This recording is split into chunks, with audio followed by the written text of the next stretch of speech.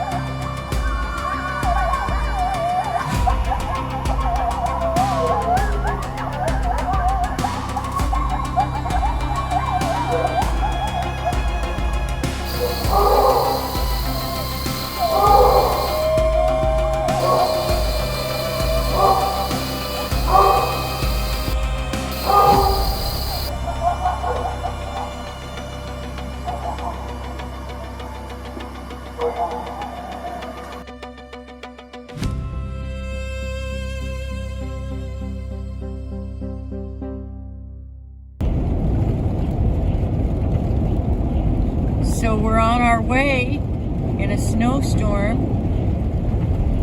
to go try to find someone that's lost in the woods. Y'all say a prayer.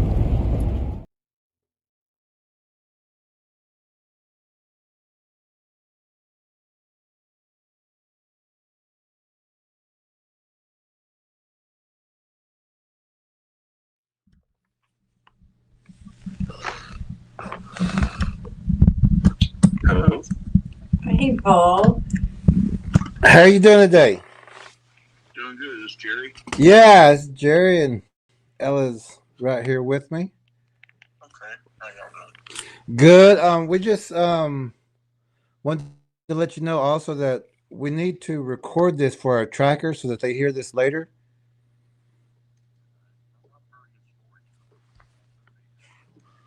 Are you there? We, Oh, hold on. We can't hear you. she's got the volume. Hold on. Sorry about that.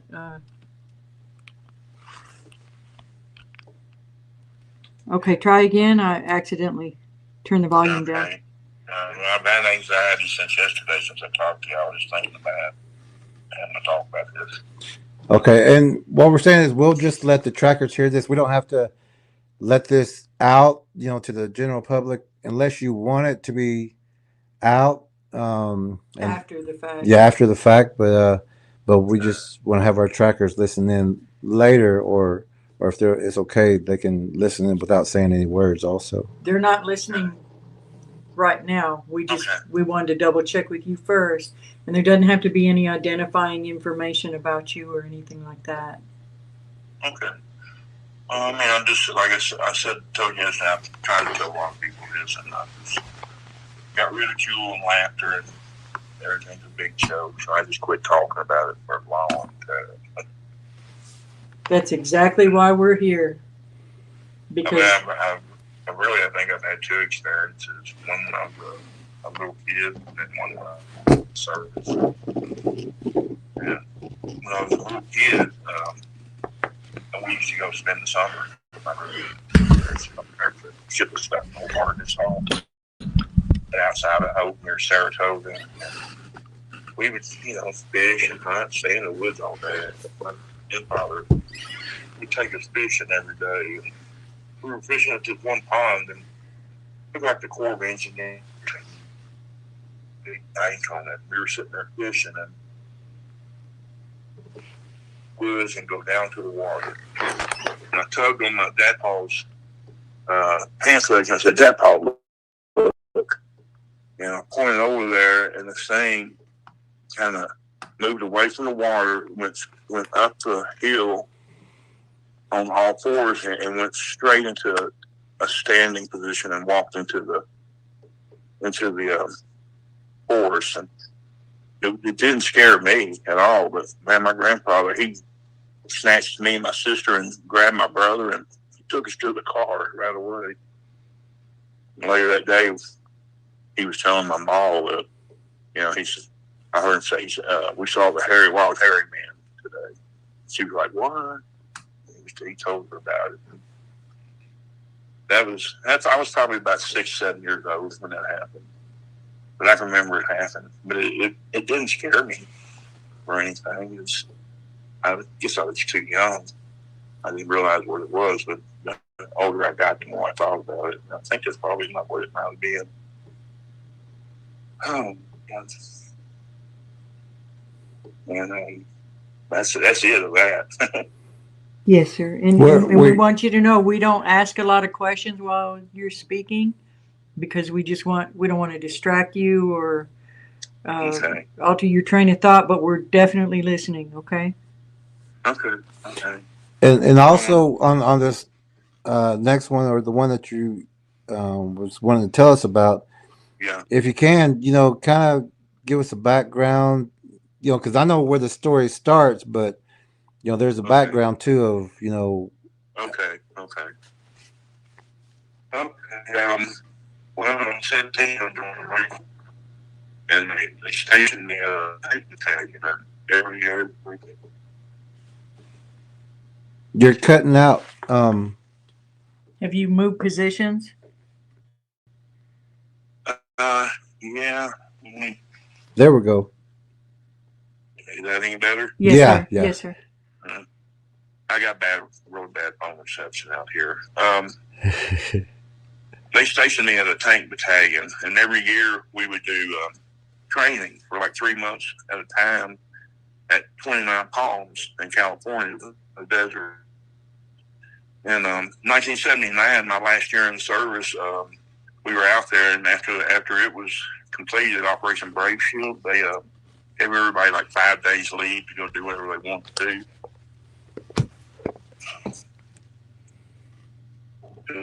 And 2 other guys checked out some camping gear from the rec hall there on base, tents and backpacks and necessary stuff, and we loaded it up, and we drove to Angeles National Forest, which took us about 2.5 hours to get to, which is directly north of Pendleton, outside of LA. And we got there, it was pretty late. It was already dark, and we parked, and we found a stream we had been to before, like a creek.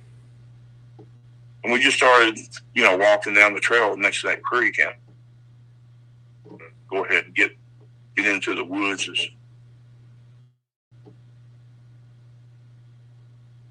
We walked about an hour and a half, 2 hours, and we decided to stop and just kind of throw our sleeping bags in and sleep under the stars.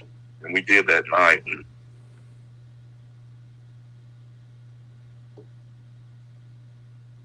one morning, I remember waking up, and I don't know if this has anything to do with the next night, but I woke up that night and I felt like something was sitting on me, and I couldn't move. I felt like I was just like paralyzed, and it was something heavy on my chest. And I couldn't like wake up completely. And next thing you know, it's morning, and we get up and we move on down the trail for about an hour. We find a good place, a tent. We had it was like had 4 corners made out of canvas, had a floor in it, and had like a pole in the middle. And that's back in the 70s. They didn't have any of that new tent material very much. We were sitting around the campfire, and we brought a bottle of mezcal with us because we got from a trip from Tijuana. And we were sitting around just, passing that bottle around, and went to sleep. And I can remember being asleep, and the next thing I know, Wills, I was with 2 people. Wills, we call them Wills and Dino. It's not their real names, but that's what everybody calls them in service. And Wills had his hand across my mouth,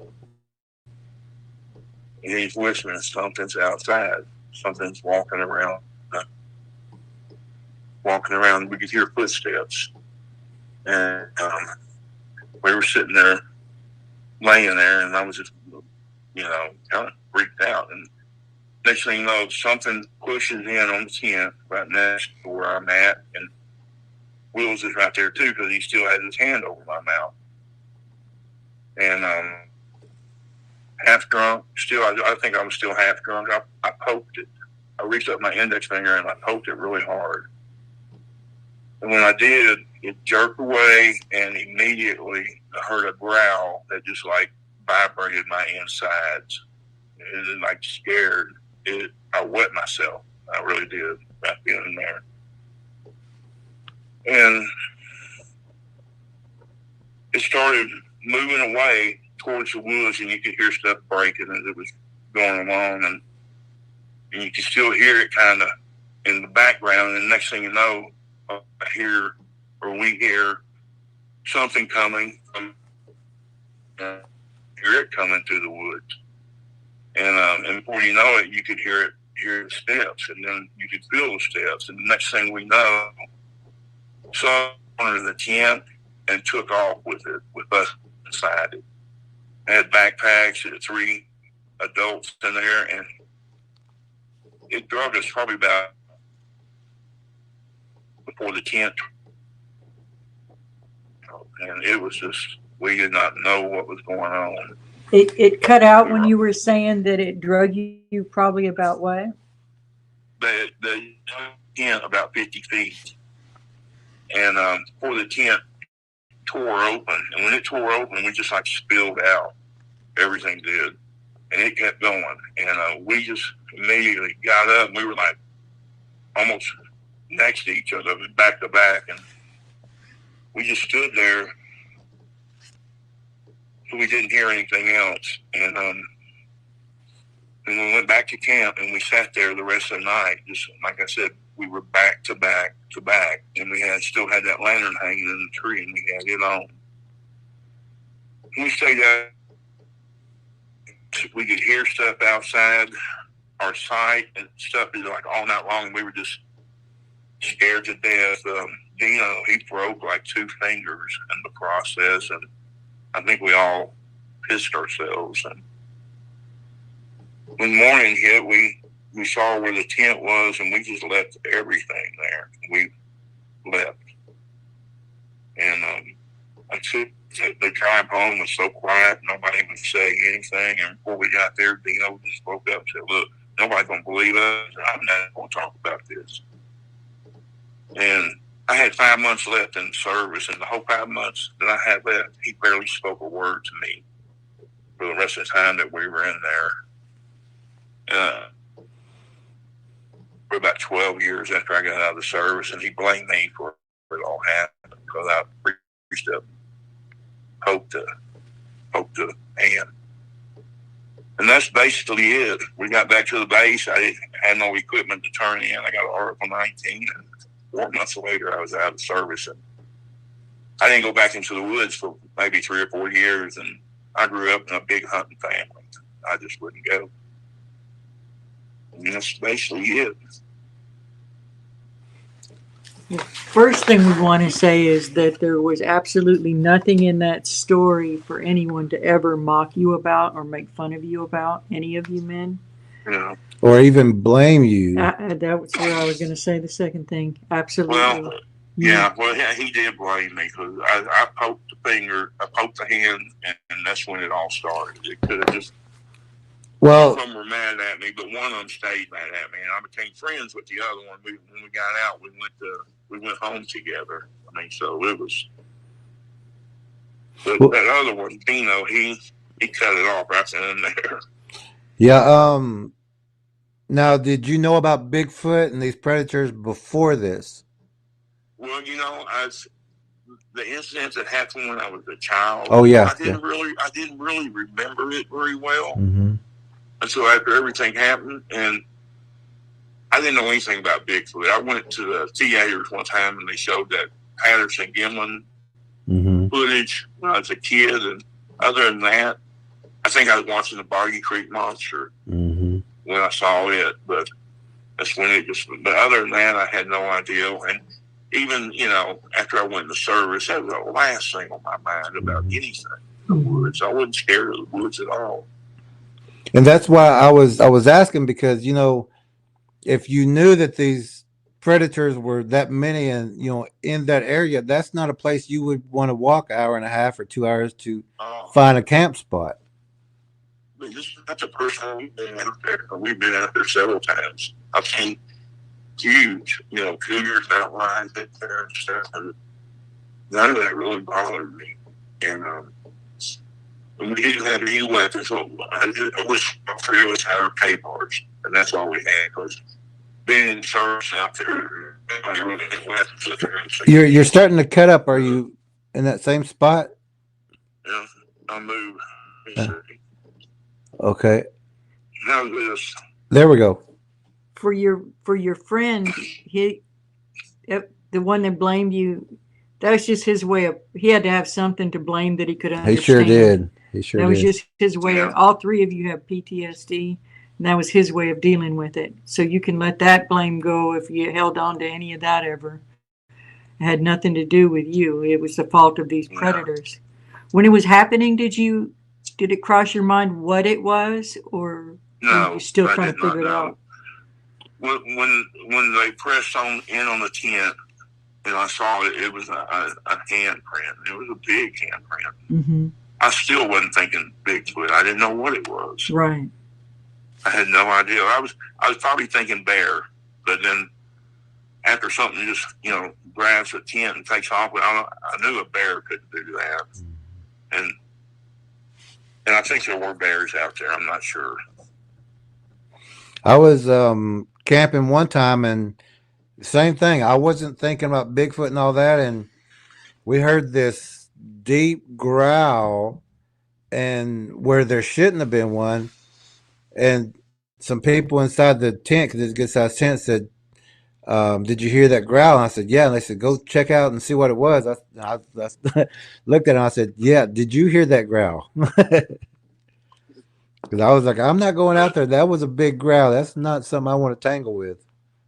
Yeah, I can remember laying there, and when it growled, I felt my insides shake, like vibrate. It was like a big bass speaker up next to you or something. Just vibrates throughout you. How tall are you, and what was your weight back then? I'm 6'1", and back then I was probably 160. 160? 65, yeah. Okay, that's a good. So you're not Marines lean and green. So. Yeah, you weren't a small person, or you still aren't. No, I'm not now, definitely. And for this thing, then, I was 6'1", 160. I was the tallest one there. Everybody was in fit shape. Mm-hmm. We weren't little scrawny people. Right. And this thing grabbed, and we've heard about this. We know another tracker, which happened in Clayton. Him and his girlfriend were dragged up a mountainside before it let him go, because there was another tracker with them, but they were in their tent. They were in their tent, and it did the same thing to them. Well, it's a pretty helpful feeling. Yeah. Plus, it was night. It was dark, and everything was just on top of each other, bouncing and rolling. And, the guy on the bottom got some broken fingers. Mm-hmm. And he's the one who got mad. And you had just woke up. So yeah, and we've been drinking before we lay down. We're drinking, passing all around, but it wasn't an imagination thing. It happened. It's the most frightening night of my life, and it's I get a hard time catching my breath talking about it or thinking about it. I never said that until I told my grandson about it, and I think I cried when I told him. Until you told who? Grandson. My grand. And I believe I cried when I told him. It was so emotional. That's normal. He sat there and listened. He didn't. Well, it's so emotional.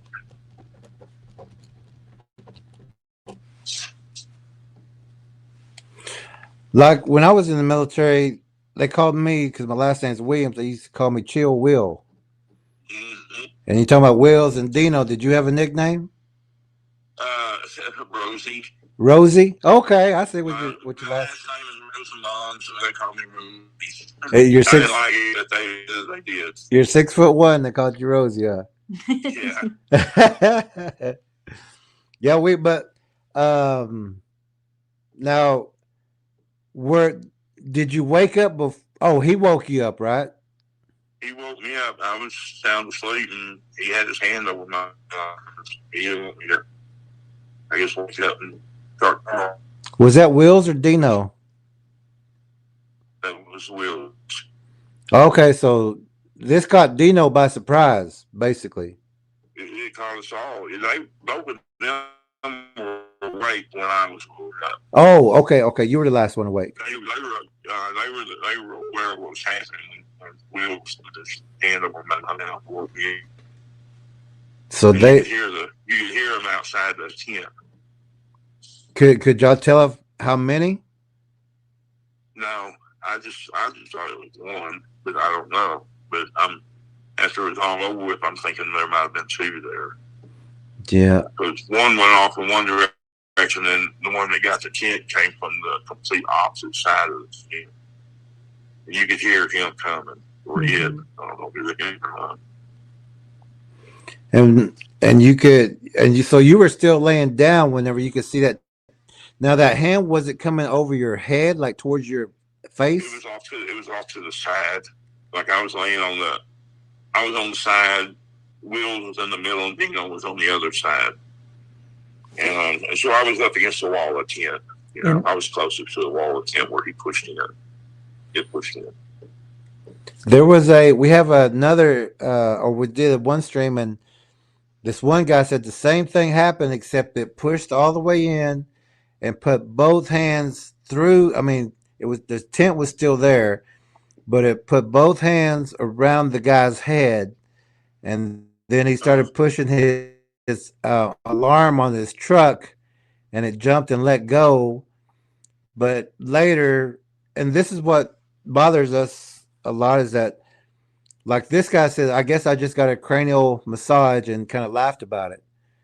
But you know, this thing had its hands on his skull, and this is how they break necks too. Yeah. And so this thing was reaching in to feel where y'all were. It knew you were right there somewhere. So it was pushing in, trying to find y'all. Find what? And the man that he's talking about, he wasn't actually one of our guests. We have our own interviews that we do, and that's what we're doing now. But then also on Wednesday nights, we do Watching Wednesdays, which is where we do reaction videos to people that are out there that are making light of these things and feeding these things and calling it relationships when they're whooping and tree knocking and trying to draw them in. And that we absolutely can't stand. So Watching Wednesdays, we're trying to point out the errors of what these people are doing and how they. I don't think they're friendly. No, I wouldn't take one as friendly. No way. At all. No way. And people like that are getting others into trouble, you know, putting them in dangerous situations. Just, ever since in the lore of Bigfoot, it's just kind of fascinated me. And that's one of the reasons why I live up here. I started hearing about the Anobi seeds of Anobi and stuff like that. And I came up here. I'm coming back from Arkansas, and I came through here, and I saw this land for sale. And I said, "Oh man, I got it. Sold everything in Texas. Moved up here. It's beautiful here too." I never realized Oklahoma had such a beautiful area. We say, "Don't tell anybody." We keep that a secret. I agree with you. And just the other day, we said, "I hope Antlers never gets on the list of best places to live." You know. Now, I go to Antlers quite a bit, and shopping and stuff. That's the nearest place to really go. Yeah, and we hope you come to the book signing on May 16th. May 16th. I'm gonna write that down. And that starts at 10 a.m. It's only from 10 to 1. And do you know where the library is? No, I probably could find it. Yeah, it's in the middle of town. Take a left. At that main intersection? Main light. Take a left.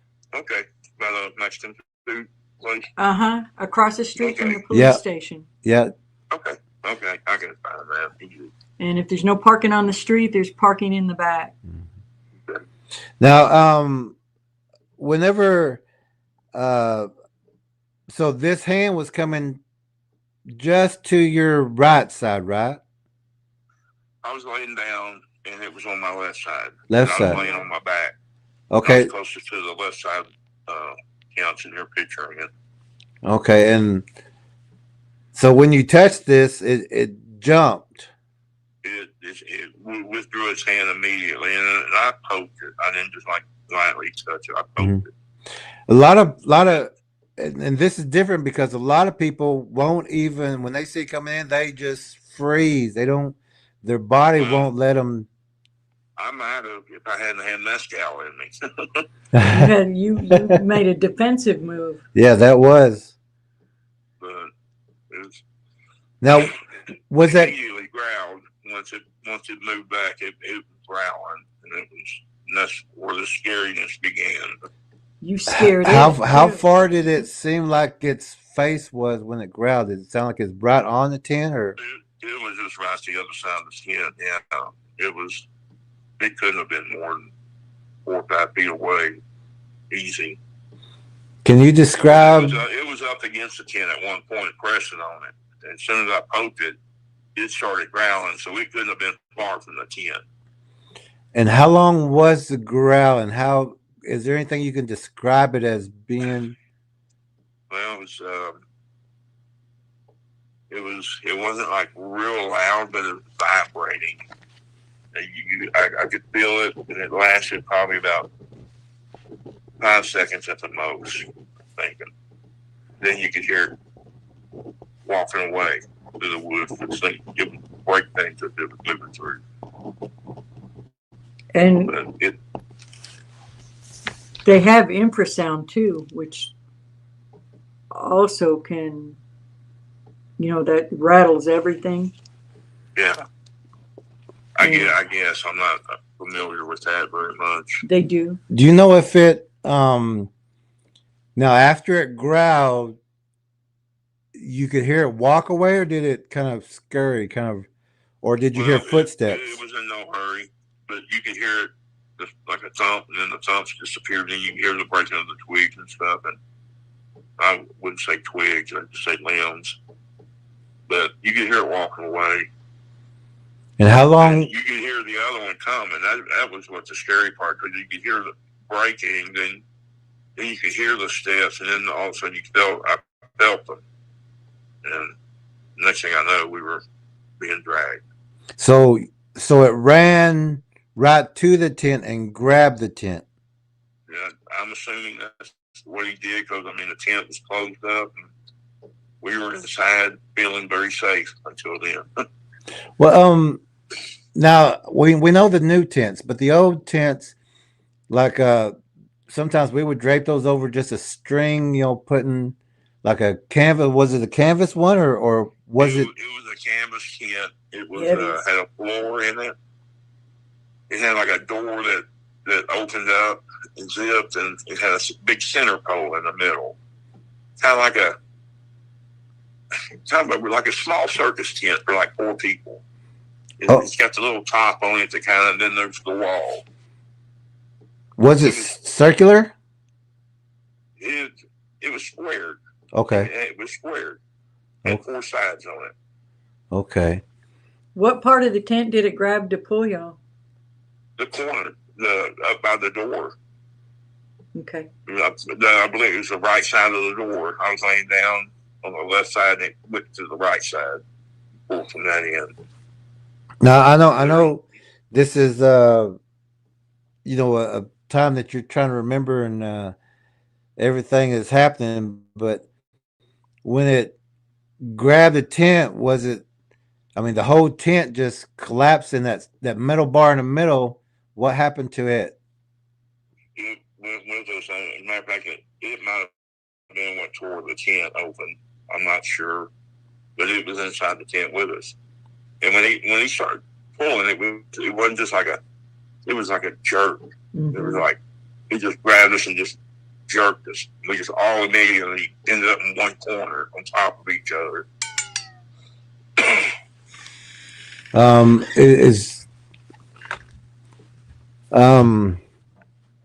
So when now you're all 3 being dragged, and where is that tear big enough for all y'all to come out, or did y'all tear it more?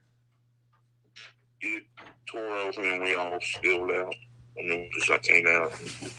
Well, we were being dragged over, I guess, tree limbs and stuff like that, rocks.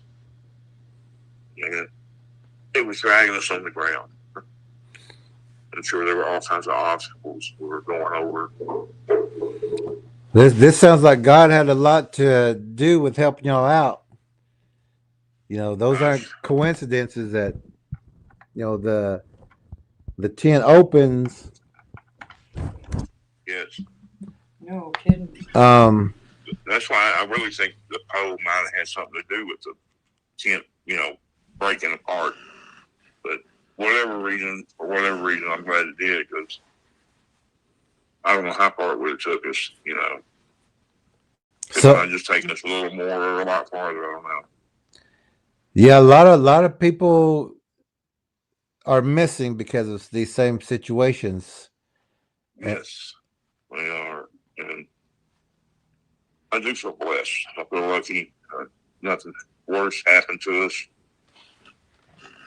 This was bad Like I enough. said, it took a while for me to even get back in the woods. And after being back home in Texas for a while, I just figured nothing like that would ever happen here. How dark was it out there whenever y'all got out of the tent? It was completely dark. It was, we probably went to bed about midnight or so, and I don't think we were asleep very long. Maybe an hour.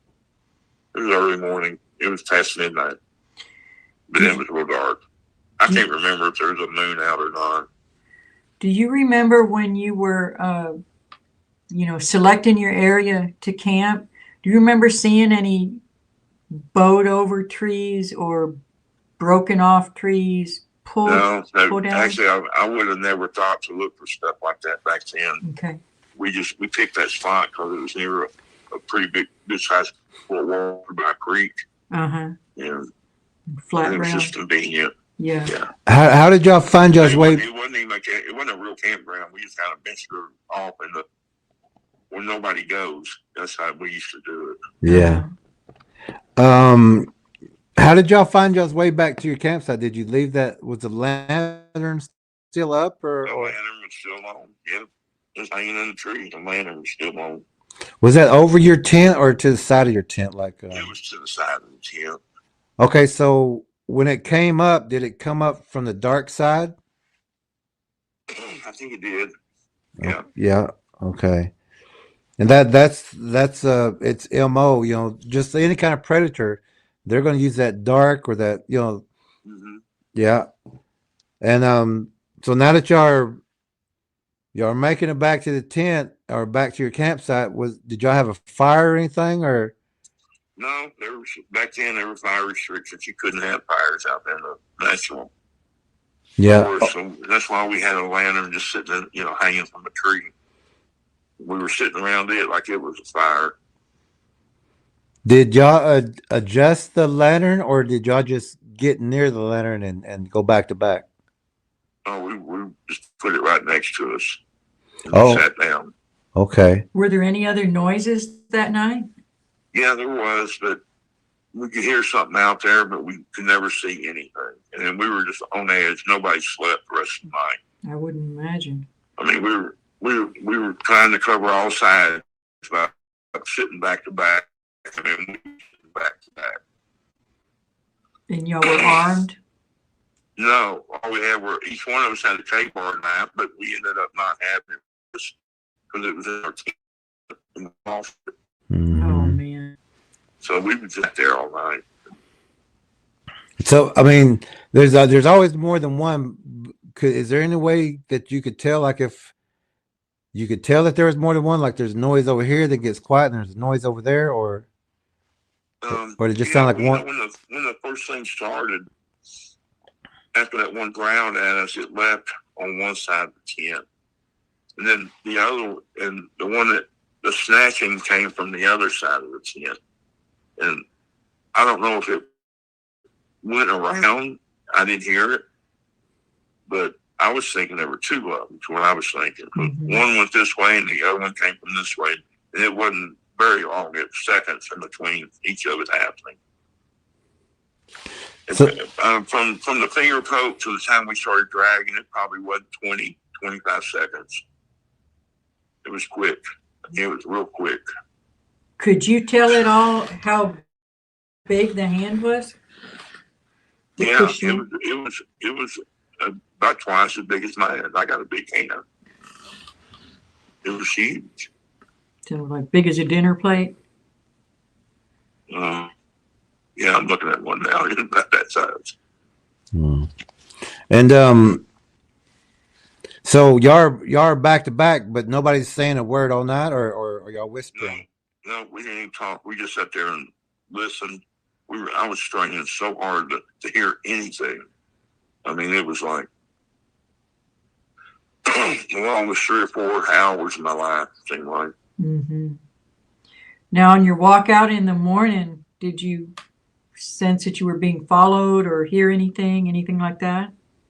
I'm telling you, we left and we didn't take anything with us, and we did bring the lantern back, but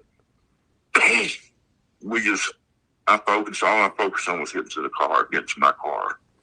And we hightailed it. I mean, and we were well trained and well conditioned then, and we were moving fast. Right.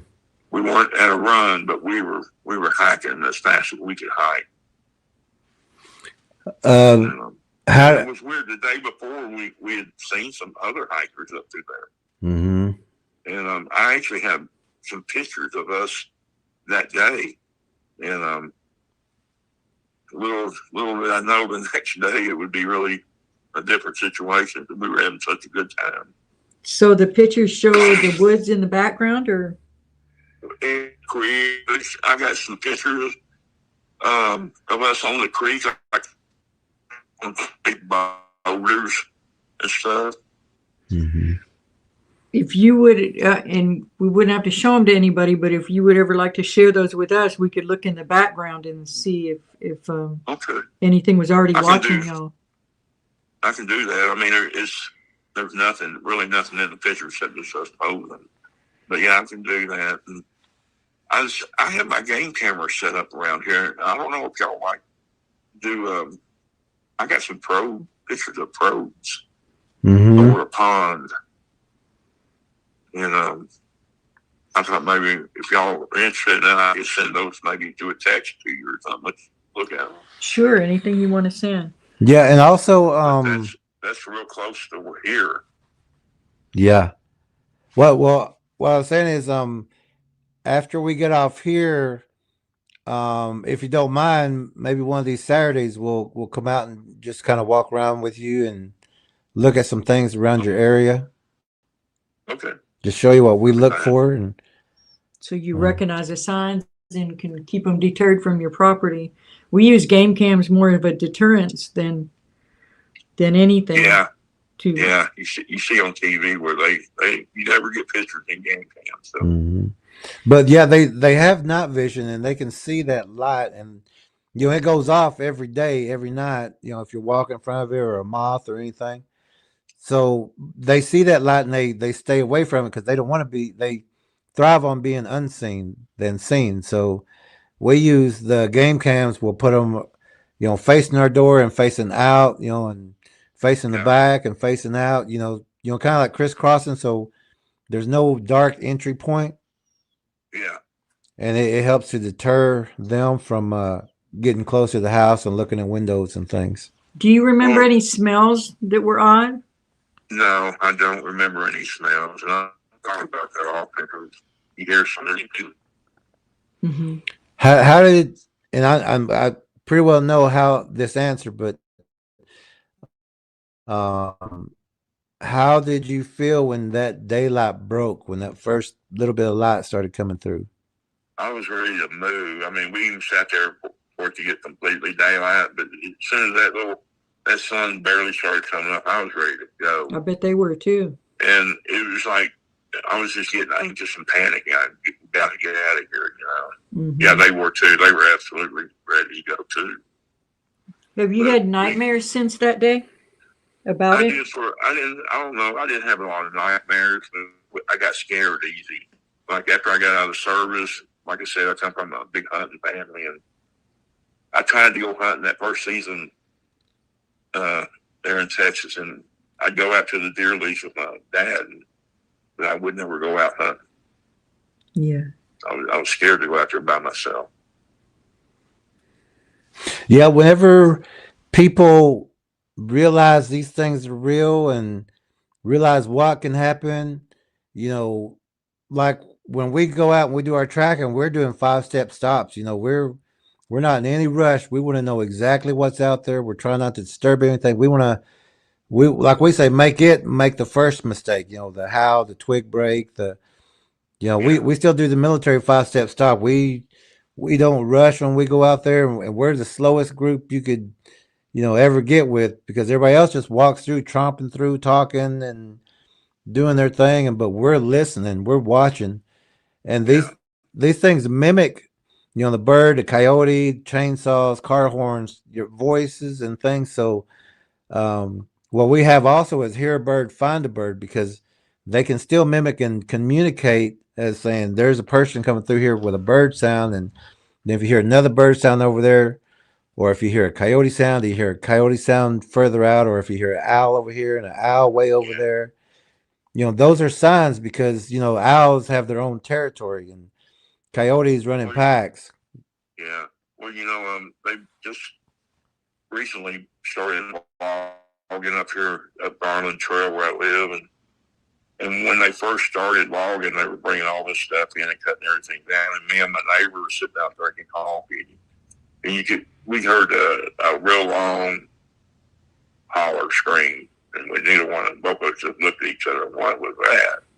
It lasted about 20 seconds, and it was just, and you could hear it, and it was coming back from the area where they were logging, and it wasn't like a chainsaw or nothing. This was like something hollering. Right. Yeah, we've been in that area, and like the proprietor said, I can't think of his name, but people come through all the time, and we've even asked, has anybody heard anything or seen anything? And there's been a lot of people saying, oh, Bigfoot ain't real, or I've been living here for 50 years, I ain't never seen nothing. And you know, those are the ones who are not out there knowing and watching and looking and listening. And those are the ones who, you know, we avoid. We don't talk to them because we know they're going to ridicule or laugh or wasting your breath. Yeah, wasting like and time. So this neighbor that's sitting with you drinking coffee, and he, you know, you're saying, what was that? Does he have any experiences or? No, he doesn't. He just lives up the hill from me, and he's into UFO stuff. Oh, I don't know where I stand on UFOs, but he's big time UFO. Okay. So he got videos from his phone and stuff that's flying so weird up in the sky. I go out there and stand with him, and he'll find something in the sky that just looks like that's no airplane. How can an airplane do that? Yeah. We keep thinking, well, maybe people were flying drones out here. No. Mm-hmm. Have you noticed any difference in the wildlife there around your place? Any, you know? Well, we had a big fire here a few years back, and it pretty much chased all the wildlife away. Yeah. It's just now starting to grow back, but that's, you know, towards you go down the road, Garland Trail, past where the fire is, and there's wildlife everywhere. Huge, humongous deers. I got game cameras of 14-point deer. Mm-hmm. This big bear, deer, cougars. Good. Yeah. All in it. I was wondering also, whose vehicle did y'all take that day? Yes.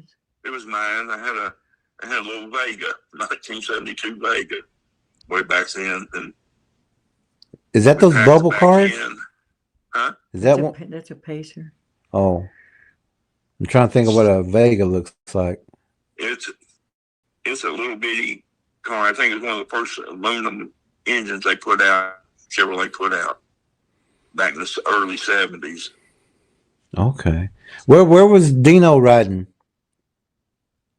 Dino, he was probably in the back seat, and Wills was in the front seat because I was closer friends with Wills.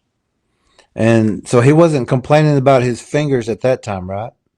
Oh, you mean on the way home? Yeah, we reset his fingers sitting there that night, back to back. Wow. So they wanted all in that shape, and we just set it right then. Yeah.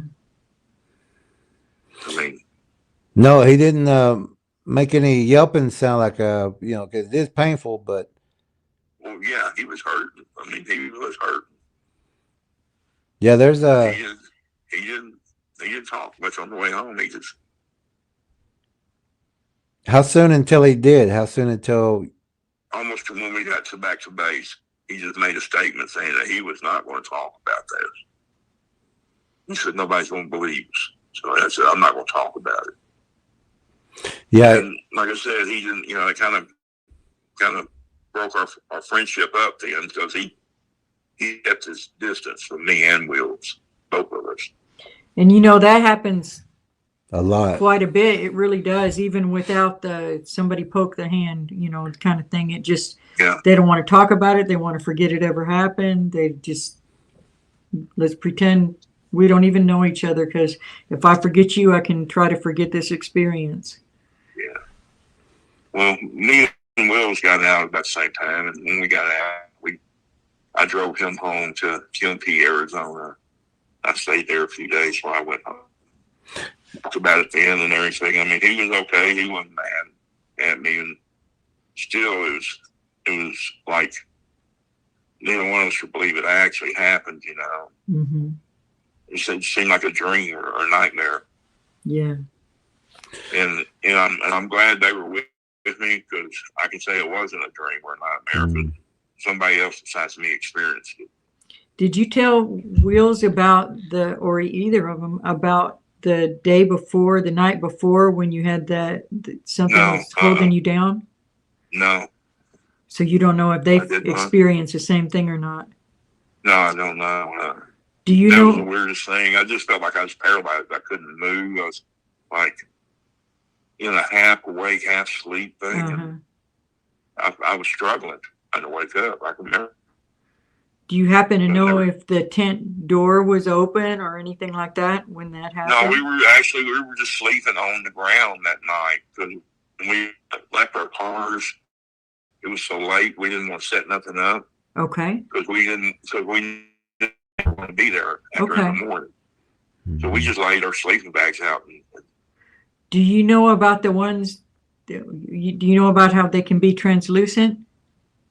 No, I don't know about that. I have a hard time with stuff like that. I can't, because I'm not saying it's not real, but I have a hard time, you know, thinking about it. I mean, how does that happen? Sure. And we'll show you pictures. Yeah, it's their hair it doesn't have a medulla, it doesn't have an inside. So it absorbs light. It kind of reflects it away. So when you put light on it, it kind of just takes that light. So it kind of, you don't see anything.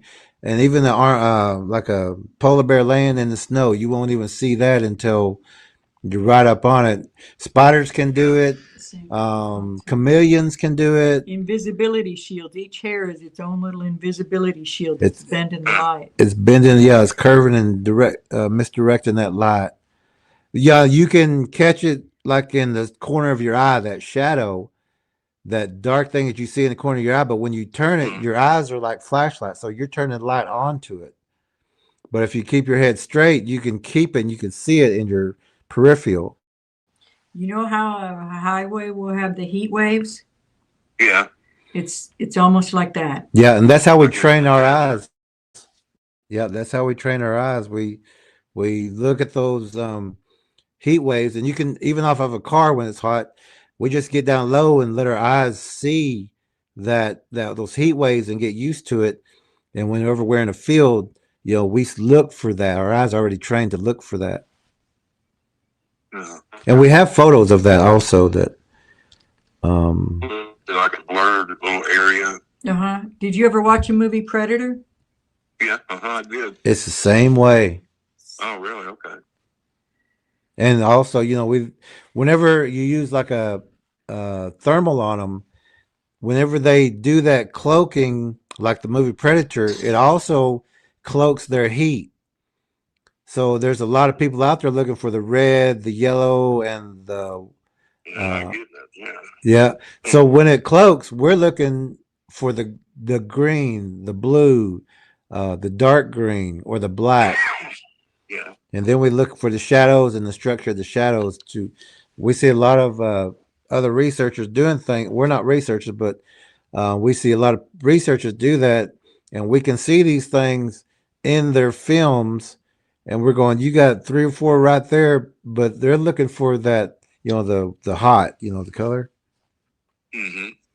But these are not. Go ahead.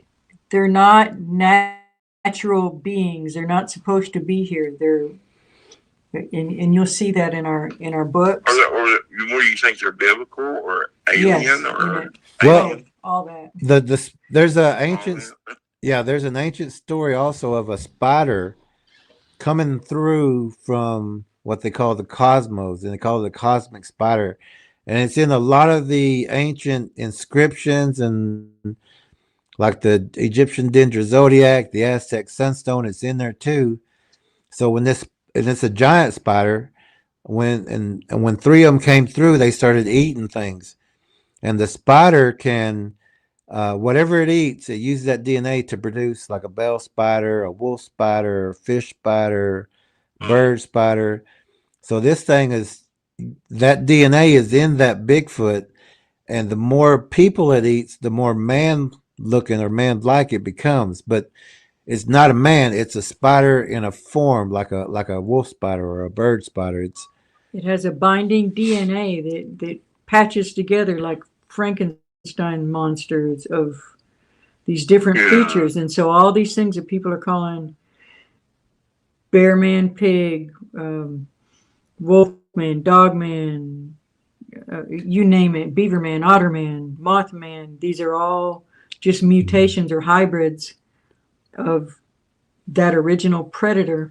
And when you read the descriptions, and you know about the fallen angels, but when you read the descriptions in the Bible of the different creatures, they're not the angels. People think they're all angels, but these different beings. Yes, that too. The features that they have were, eyes completely all around, or 6 wings, and and then you look at the different little g gods and goddesses around the world, and they've got all these multiple arms and legs and things like that. This is all related. It's the way people described and tell of the things that they saw and see based on their culture at the time, what they know, what they've been taught. Like, back then they wouldn't have said helicopter, right? They would describe it in a different way. It's like that. And, you notice with these, Bigfoot's been in the Indian lore for such a long time. Absolutely. Yep, sure has. And also with Chupacabra and Wendigo, all these things have been in the Indian lore for a long time. But also that, when the spider came through and changed, and they bring that predator DNA, when it was after God had already created things. So from the dove came the crow, came the raven, came the falcon. From the fish, now we got alligators. Now we've got 8-legged octopus, crabs. It brought that DNA. So, and we were raised and born in a predator time. If we was back in the Adam and Eve days, there wouldn't have been any 8-armed, 8-eyed, blood-sucking, man-hunting creatures. Not within the Garden of Eden. When the Nephilim and all that happened, everything started changing. God didn't create the 30-foot giant man-eater Nephilim offspring. That was a hybrid, a mixture. That's not something God created. That's something that was changed from his creation to become a predator. Those are the things that he swept away with the flood. But the Bible says, as in the days of Noah, and also after that. Yeah, so they're still here. And these things will eat man, and I am glad that God intervened and split that tent so that, and we were talking about this just the other day or yesterday, that God couldn't have orchestrated this even better, for us, because we were only in that restaurant for 10 minutes, 5 minutes. Yeah. Well, actually, y'all passed me as I was pulling out of my drive down here on Garland Trail. Y'all went by. Wow, look at that time. Wow. We call that divine orchestration. We do. For us to have met each other. Because, and even right before that, I said, how many flyers do we have? Because I thought we was only going to drop one off at the Hornby store. And she said, we got 3. I said, okay, hey, let's pull in here and see if we can. Wasn't our original it wasn't on our, wasn't on our route. Wasn't on our plan. Yeah, that wasn't on our plan. That's on God's plan. God has his own plan. Yeah. So we were meant Yeah, a lot to. of people, that little restaurant, a lot of people come and go to there. So Mm-hmm. So we were meant to meet. it's amazing, and it's been something I've held in for so long. And like I said, it's really bothered me a lot. It still makes me nervous and I get anxious thinking about it. A little scared, short breath and stuff. And I've never felt like that since then. Never been that scared in my whole life. Mm-hmm. Yeah. And the more And, that you, go ahead. And being, in the Marine Corps, they, of course they brainwash you thinking you're indestructible and this and that. And it humbled me. Mm-hmm. Quite a bit. I understand that. I'm ex-military Army myself, and we've had other military call us about situations and things like this that they've been in. Their base has been attacked by these things, and they had to put that bullet right in the head to stop it. Yeah. And I don't understand why they're hiding it though. well, I look, feel like the government knows. they do, and they're covering it up, and they've also, you got the mad scientists in the military that's always looking for their super soldiers. So they've Yeah. also taken these things and mutated them even further and copied them and cloned them, and so throw that in the cauldron of what's going on. And even some of our trackers has seen these things with collars. Mm-hmm. They call them assets. Really? Yeah. And some of our trackers had to put some of these down, and if anything happens, don't ever call the game warden or anything, because they will come in and harass you. Some of our people are still being harassed. It's been 2-3 years. Men in black. Huh? Because they killed one? Yeah. Yep.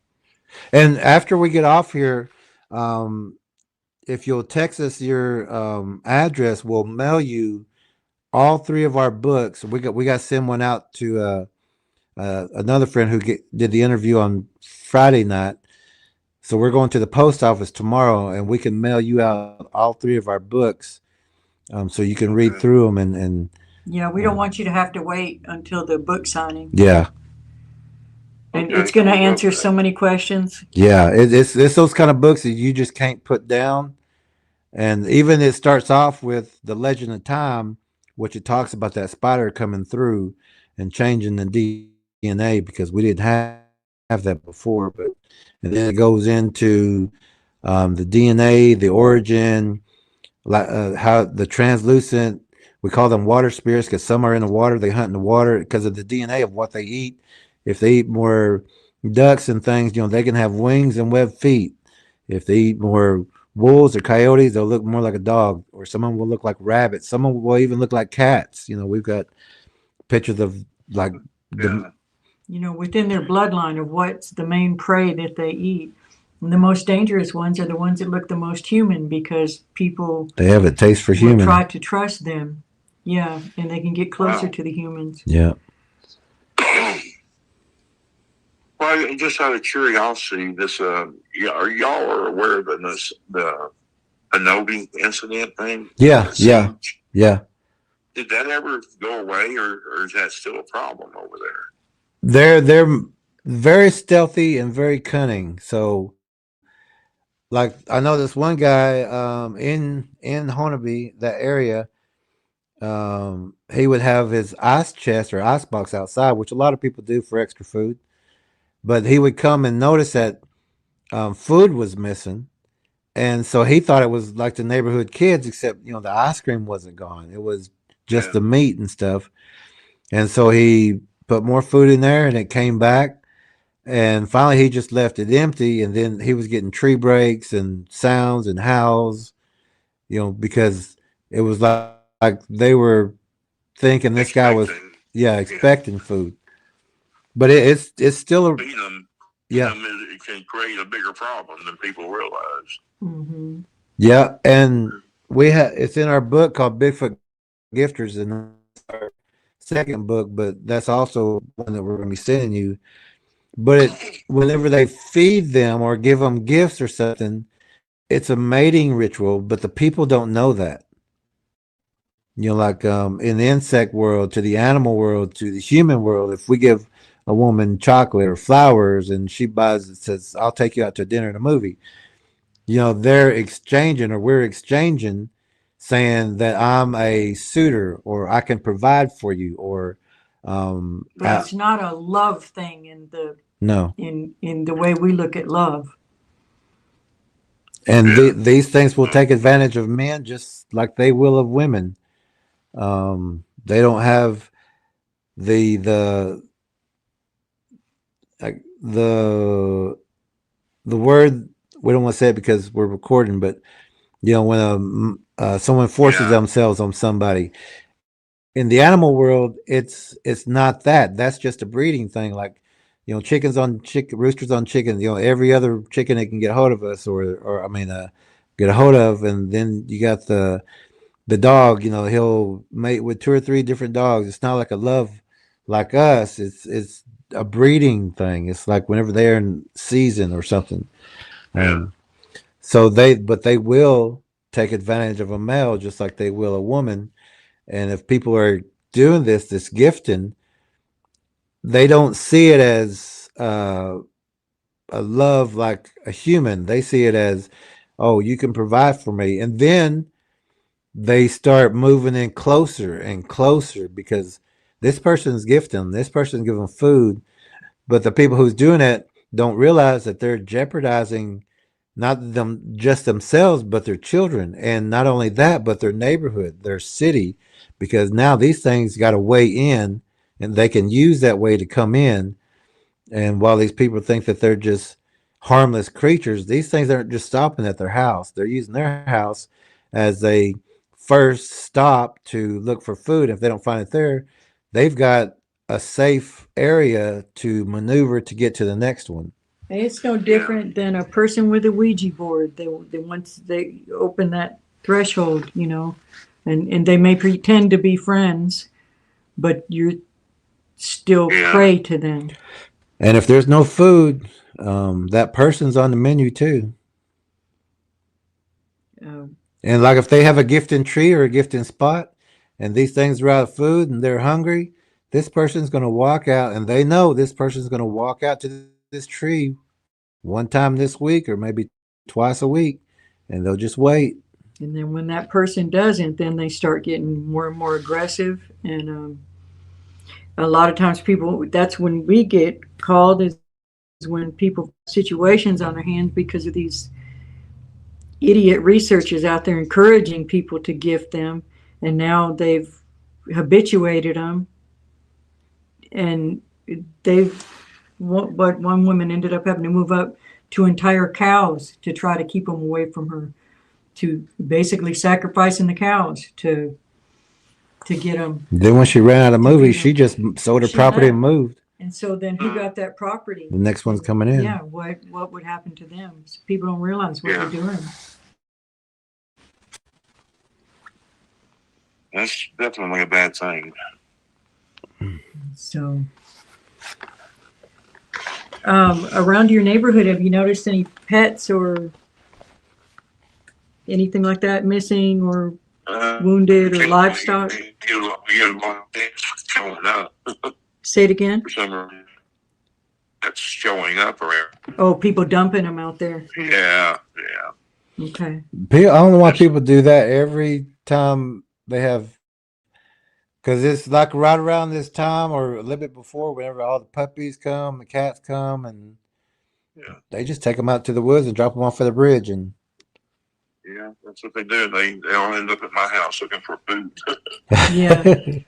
Well, that's good though that there's still plenty of sign of wildlife, really. Yeah. Yeah, there's a lot of wildlife. That's good. Turkeys. Okay. Was there anything else that you can think of? No, or? That's about it. I feel like I think I've told you everything I can think of. I mean, and it is a lot, and it's very important to, and we're glad that you shared this information with us, because we share this with our trackers, and this is important information that they need to know. You know, it'll grab a tent, you know, three grown men, Mm-hmm.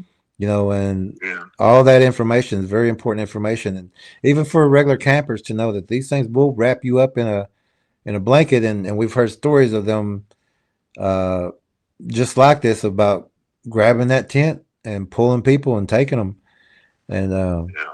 so we know all this is true, and we could tell right away that you was going to share an important story and that it was going to be a true story. Just looking at looking in your eyes and just knowing that this is a true story. Like Wherever you're I instantly, for some reason, when y'all reading I just felt needing to tell you that, and when I did, it was just like all of a sudden, I shouldn't have said that.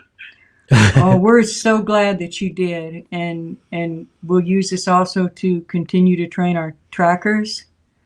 If that's okay with you, we want to get your permission That's fine. first. Yeah. Okay. And then, is there anything in here that? Well, would this be okay to release to the public, or would you like to come back and like with the pictures or something and say this is us when we were 18, 19, or I mean, if I can find a picture, I can have it. I can send it to you probably pretty quick. okay. I remember looking at it a few years ago. Okay. So I got it on the JPEG.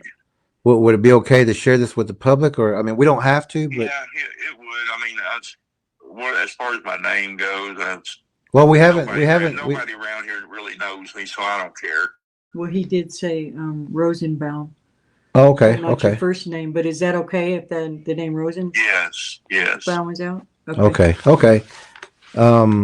This will help a lot of people, and it'll make a lot of people more careful, which is the way of helping them, and maybe make them be able to share their story too, and know that they're not going to get mocked here. I don't think we're probably the only channel that has seen these things, and like at the book signing, we're going to show the one in the tree that's moving and it's on video. Then we're going to show other pictures of the ones that we've seen out there while tracking. So we're probably the only channel that we know of who has video, has seen these things, because we're trackers. So we've seen the prints, we've tracked them.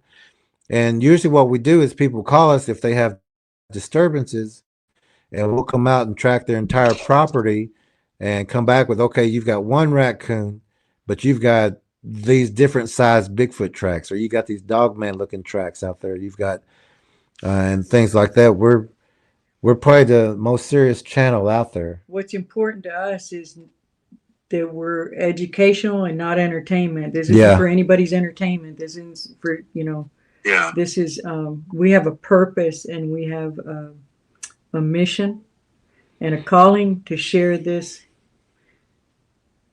truth with people. This important information to keep people safe out there. And we sure thank you for being a part of helping us do that, and for you trusting us enough. Yeah, and we're going to get these books to you tomorrow. We're going to send them out, but we won't talk about address here, but on the phone.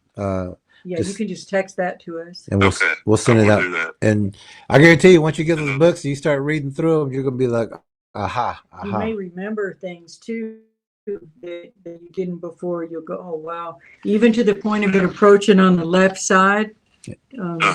That's the side that they're most likely to come up and try to attack on, is the left. Really? So you'll be interested in that when you read it. It's under the chapter called West Side Killers.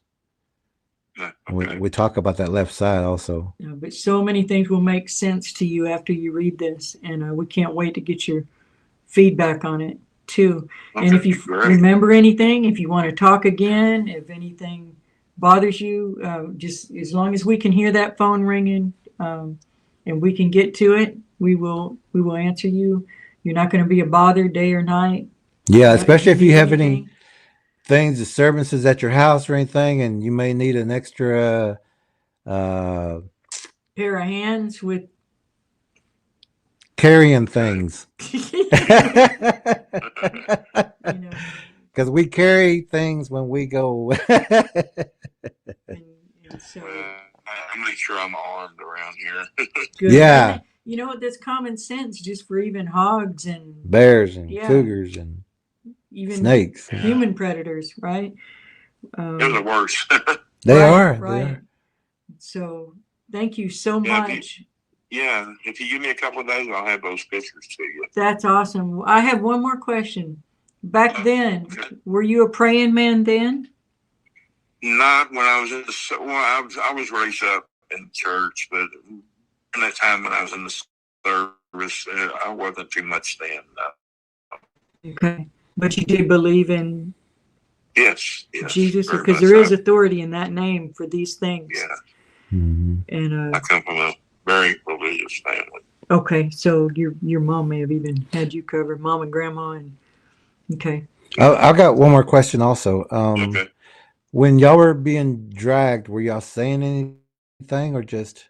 No, it was just, I didn't know what to do, say. It was just Trying to speechless. hold on. Yeah. And it happened so quick. I mean, it seemed like a long time, but it really wasn't a long time. Yeah. You know? So as soon as we spilled out, we just all gathered right up next to each other, just, like looking. Sure. And I can remember saying, "Where is it?" Or saying we were like looking, I don't know. Just like kind of panicking very much. So at that same time, could y'all hear? Y'all couldn't hear anything, right? It just stopped too. when when we started being dragged, I could almost not hear anything. It happened, but after we fell out, we could hear it moving off in the woods. But it got quiet quick. So it stopped. That's what I'm thinking. Yeah. Do you remember at all if the normal forest night sounds, was it, sometimes everything would get real quiet when predators around? Do you remember any of that during any? Well, before we went to bed, we were talking about, because we could hear, birds and stuff like that. And some weird sounds. Sounds we didn't know what were, but I wasn't, thinking it was anything like that. It still may not be, but it seemed like the sounds were normal when we went to bed. Okay. But the rest of the night, especially when we were sitting there back to back, it was very quiet. Yeah. Okay. It was. Well, we sure hope you feel better after you got that back out, and that always helps. And each time you retell it, it'll get easier to tell. And one day it's just there won't be any shaking or anxiety with it. It's just a matter of it's just the way it works. It's healing to talk about. And we'd like to pray with you before we close this. Okay. Okay. I'll pray. Yeah. Lord, we're here today in front of you, asking a blessing, asking for a friend who has brought this to us so that it could reach you, so that you could hear what our friend has went through. Thank you for watching over him on that day. Thank you for caring for his companions and getting them also home safe. To bring this information to us so that we could share it with other people to keep them safe. Lord, today is a day that we'd like to ask something of you. And we know that it's always up to you. But we'd like to ask you, Lord, to take this trauma, take this fear, take this anxiety away from our friend. And we ask that you take it, and we want to leave it in your hands, Lord. We ask that we can leave it in your hands. We ask that you take it and put it away and give our friend peace again. Give our friend comfort, and let him know that you will watch over him and you will care for him. Lord, we just ask these things of you. We know how important it is for people to give information that's, even if it brings these memories back up, we know it's important that it comes back up to give to you. So, Lord, we ask you again, in your son's name, Yeshua, Jesus, to take this trauma, to take this anxiety, to take this pain, to take this fear from our friend and put it away so that he never has this again. You are such a wonderful God to worship, and we give you all the glory for all that you do for us. And thank you so much for answering prayers. Thank you so much for talking with us and walking with us. Thank you for giving us comfort. And thank you for our new friends. And we're here to do for you, Lord. And as your children, we just ask that you keep this and take this away from our friend so that he can live his life in peace and comfort. And we give you all the glory again for all that you do. And thank you for taking it. Thank you for taking this upon yourself, putting it in your hands, pulling it away from our friend, taking it from his body, taking it from his heart, taking it from his mind, and giving him peace again. Because you're a wonderful Lord, you're a wonderful God who can do anything, and everything through you we know can be done. So thank you, Lord, for taking this trauma and putting love and putting yourself there in that place. Mm-hmm. Thank you, Lord, so much for being who you are. We give you all the glory and praise again. In your son's name we pray, Yeshua, Jesus. Amen. Amen. Amen. Oh, wonderful. So it's gone. We gave it away. Out. Yeah. I got chills. Oh. I got chills. And we are friends, and you can call us anytime, and we're going to mail this out to you tomorrow. Okay, and I'll get that information to you as soon as possible. All right. And do you want us to send you a copy of this recording? Yeah. Yeah, why not? I guess, yeah. At least I'll know what happened then. Yeah. Okay, and we will. I couldn't hear you. I said it'll be 50 minutes. So, yeah. Yeah, the sooner you can get it, if you can, we can release this tomorrow, and we'll send you the link and everything so that you can watch it or come in the room. Okay. Okay. I'll do that. I'll send you my address and everything. All right. So right now, God's doing his work. He's already taken it, so we don't have to worry about this anymore. You still have the story, but you don't have that trauma anymore. It's gone. And you have to release it too. Just let it go. It's gone. Don't pick it back up again. Don't pick it back up. And, I will do that. Get you a cup of coffee. Thank you very much. Yeah, we can't wait to see you, and we will come out and visit and walk around with you and just see what's going on. Especially your neighbors want to know too. Yeah, he would be real excited about that. Good. And the woman who's at the restaurant, she said that she's your neighbor. Yeah. And she might want to walk around with us too. Look at what we're looking at. She's got her own experiences, and maybe one day we'll all eat lunch there at Red Rooster together. Yeah, that'd be nice. Yeah. All right. We'll talk soon. Yeah, we'll talk to you soon. Bye-bye. All right, bye.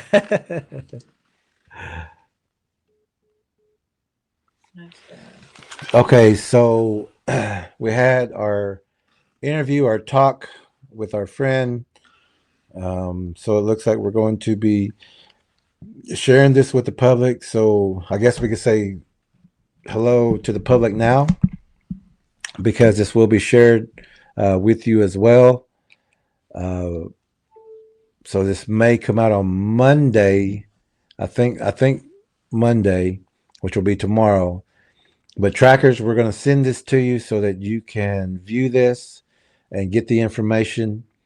And if you can't be in the room tomorrow, we may see if we can get him.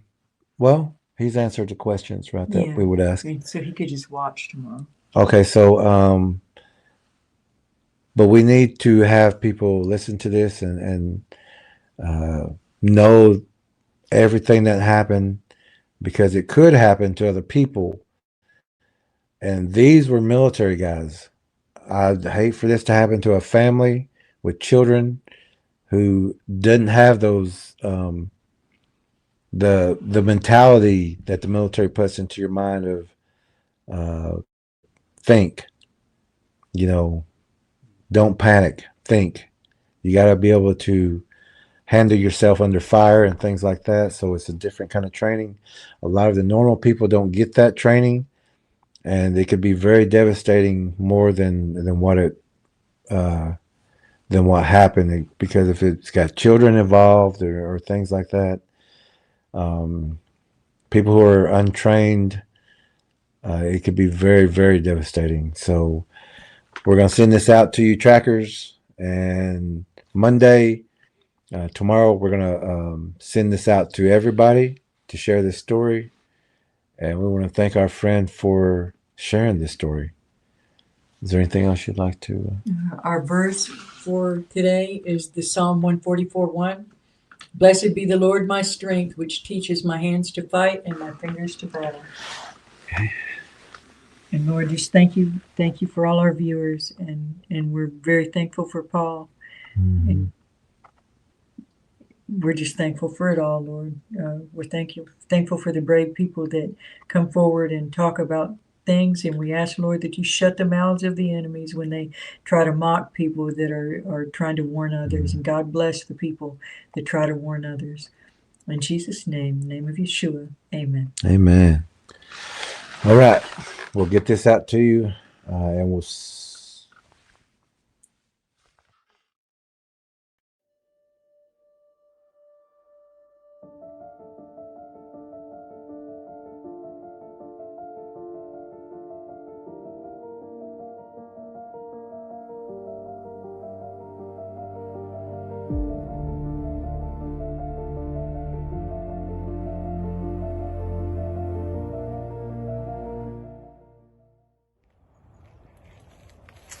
Footsteps walking when I do, I hear the sound, but see nothing as I look around. I see many eyes shining, following everywhere I go. Every time I look in the dark, they're looking at me. A foul smell in the air as people walk around without a care. Shadows in the corner of my eye, but when I turn to look, there is nothing there. A blur passes by, but what do I see? Only that who calls my name from the forest, the same as my father do.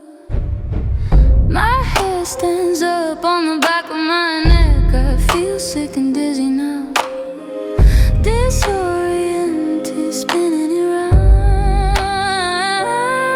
A large wolf on 2 feet follows me, lurking and smirking from tree to tree, whistling for me to look as a clawed hand waves. My body tries to tremble, but I'm staying brave. Something sways back and forth, I look away. I remember my mother always told me that when I hear and see this in the woods or around town, I am to sound the alarm, but let others know predator bigfoots are hunting, and I should go and let her know. My father knows what to do as he calls to other men too. Mothers find their children and let them know to stay close. Stay in the house and pull the shades down. Hold your breath and don't make a sound. On from the teaser before the predator bigfoots are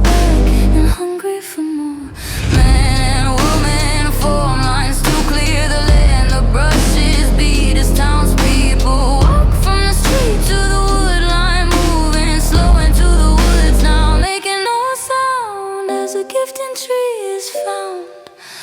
Food and children's items with sails and flowers too. Why would someone do this to our town?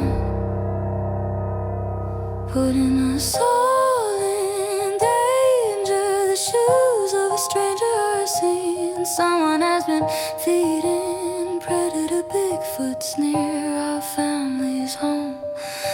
Trees bowed and pulled down, sharpened spikes placed in the ground. As the forest goes quiet, not a bird, cricket or frog. The trees are still, the forest has a chill. Weapons now ready as all know, the sign that predator bigfoots are around. Now it's a trap as he slaps on a tree. A whoop over there and a breath next to me. Now whoops everywhere behind every tree. A raven's call, but that's not all. Coyote sounds, how his broken branches are heard. A baby's cry, I hear a hoot, and an owl flies by a call for help. Then the sound of a scream, like a dream will come to the reality of now. Predator bigfoots all around. They didn't make a sound till now. We all know, put the sight at his head to slow their charge. People run from fear as others stand clear, calm in their aim as the ground is now stained. The forest now quiet as only few walk away. Now we look for the one who gifted the predators our town.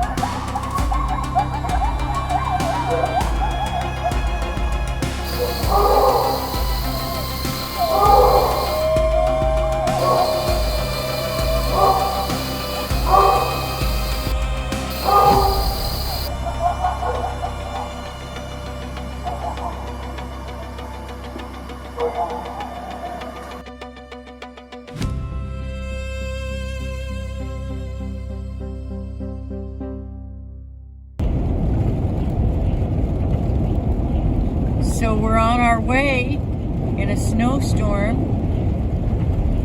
to go try to find someone that's lost in the woods. Y'all say a prayer.